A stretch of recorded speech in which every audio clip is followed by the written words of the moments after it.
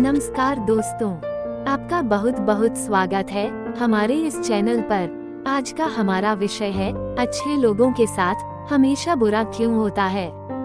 गीता में श्री कृष्ण ने दिया है अर्जुन को इसका जवाब। अच्छे लोगों के साथ हमेशा बुरा क्यों होता है। वहीं जो लोग बुरे कर्म करते हैं और अज्ञान की राह पर होते हैं वो खुशहाल दिखते हैं। श्री कृष्ण ने अर्जुन को जवाब देते हुए समझाई है ये बात। लोगों को उनके कर्मों का फल हमेशा मिलता है।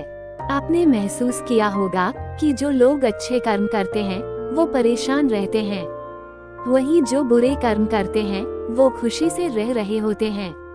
अच्छे कर्म करने वाले परेशान होते हैं कि आखिर उन्हें इतनी परीक्षा क्यों देनी पड़ रही है, जबकि जो अधर्म की राह में हैं वो खुश हैं और जिंदगी का लुत्फ उठा रहे हैं।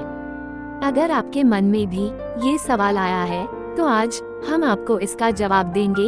ये जवाब वो है जो भगवत गीता में लिखा है और श्री कृष्ण ने अर्जुन को दिया था। भगवत गीता में वर्णित कथा के अनुसार जब भी अर्जुन के मन में कोई दुविधा होती थी तो वो श्री कृष्ण के पास पहुंच जाते थे। एक बार की बात है, अर्जुन भगवान श्री कृष्ण के समीप आकर कहा कि वो दुविधा में है और इसका जवाब वो श्री कृष्ण से चाहते हैं। श्री कृष्ण ने पूछा कि क्या सवाल है। अर्जुन ने कहा मुझे ये जानना है कि अच्छे लोगों के साथ हमेशा बुरा ही क्यों होता है, वहीं बुरे लोग खुशहाल दिखते हैं। अर्जुन के मुंह से ऐसी बातें सुनकर श्री कृष्ण मुस्कुराए और कहा मनुष्य जैसा सोचता है और महसूस करता है वैसा कुछ नहीं होता है, बल्कि अज्ञानता की वजह से वो सच्चाई नहीं समझ पाता है। अर्जुन उनकी ये बात समझ नहीं पाए। इसके बाद श्री कृष्ण ने क्या कहा वो जानते हैं। श्री कृष्ण ने अर्जुन से कहा पार्थ, मैं तुम्हें एक कथा सुनाता हूँ, उसे सुनकर तुम समझ जाओगे कि हर प्राणी को उसके कर्म के हिसाब से ही फल मिलता है। प्रकृति हर किसी को अपनी राह चुनने का मौका देती है। अब वो मनुष्य की इच्छा पर निर्भर करता है कि उसे धर्म की राह चुननी है या अधर्म की।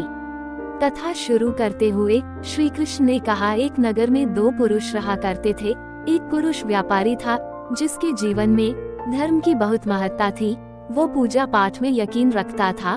वो हर रोज मंदिर जाता था और दान धर्म भी करता था और हर रोज भगवान की पूजा करता था।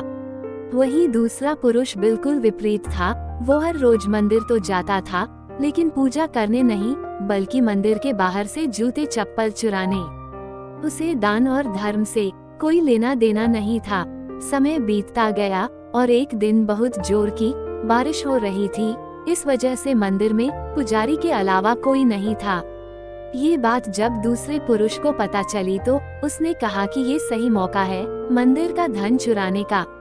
पंडित से नजर बचाकर उसने मंदिर का सारा धन चुरा लिया। उसी समय धर्म कर्म में विश्वास रखने वाला व्यक्ति भी मंदिर पहुंचा। दुर्भाग्य से मंदिर के पुजारी ने उसे ही चोर समझ लिया और चिल्लाने लगे। वहां लोग एकत्र हो गए और उसे बहुत मारा। किसी तरह वो बचते बचाते वहां से निकला तो दुर्भाग्य ने उसका साथ वहां भी नहीं छोड़ा। मंदिर के बाहर वो एक गाड़ी से टकरा गया और घायल हो गया। फिर वो व्यापारी लंगड़ाते हुए घर जाने लगा तो रास्ते में उसकी मुलाकात उस पुरुष से हुई जिसने मंदिर से धन चुराया था। उसने कहा आज तो मेरी किस्मत चमक गई, एक साथ इतना सारा धन मिल गया। ये सब देखकर उसे बहुत बुरा लगा और उसने अपने घर से भगवान की सारी तस्वीरें निकाल दी। कुछ सालों बाद दोनों की पुरुषों की मृत्यु हो गई। मरने के बाद जब दोनों यमराज की सभा में पहुँचे और भले पुरुष ने दूसरे व्यक्ति को देखा तो उसे बहुत गुस्सा आया। उसने क्रोधित होकर यमराज से पूछ ही लिया, मैं तो हमेशा अच्छे कर्म करता था, दान में विश्वास रखता था, उसके बदले जीवन भर मुझे अपमान और दर्द ही मिला और इस व्यक्ति को नोटों से भरी पोटली। आखिर ऐसा भेदभाव क्यों। इस पर यमराज ने कहा पुत्र, तुम गलत समझ रहे हो।